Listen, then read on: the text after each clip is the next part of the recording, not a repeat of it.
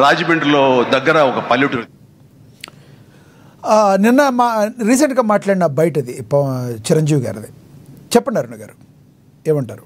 అవునండి, మాట్లాడిన ఆవిడ వచ్చేసేటప్పటికి నిడదవోలు కాన్స్టిట్యున్సీకి సంబంధించినటువంటి రాజేశ్వరి గారు బౌడపాటి జనసేన పార్టీ వీర మహిళ ఆవిడ.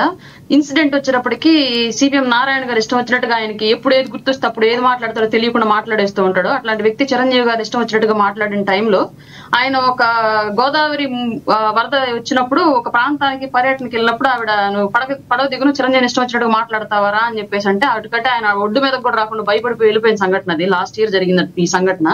ఆవిడ పేరు రాజేశ్వరి, జనసేన పార్టీ వీర మహిళ, నిడదవోలు నియోజకవర్గం ఆవిడది.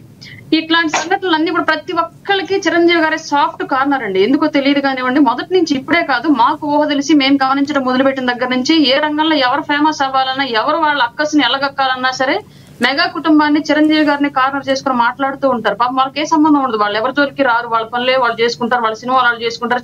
అయితే చారిటీస్ స్టార్ట్ చేసి ఇంకా 10 మందికి సహాయం చేస్తూ వెళ్లే వాళ్ళు తప్ప ఎవరు నోళ్లు కొట్టిన వాళ్ళు కాదు, ఎవరు పొట్ట కొట్టిన వాళ్ళు కాదు. వీలైతే వాళ్ళ చేతులు 10 మందికి పెట్టి పొట్ట నింపే వాళ్ళు తప్ప మెగా ఫ్యామిలీ నుంచి ఉన్నటువంటి అన్నదమ్ములందరూ.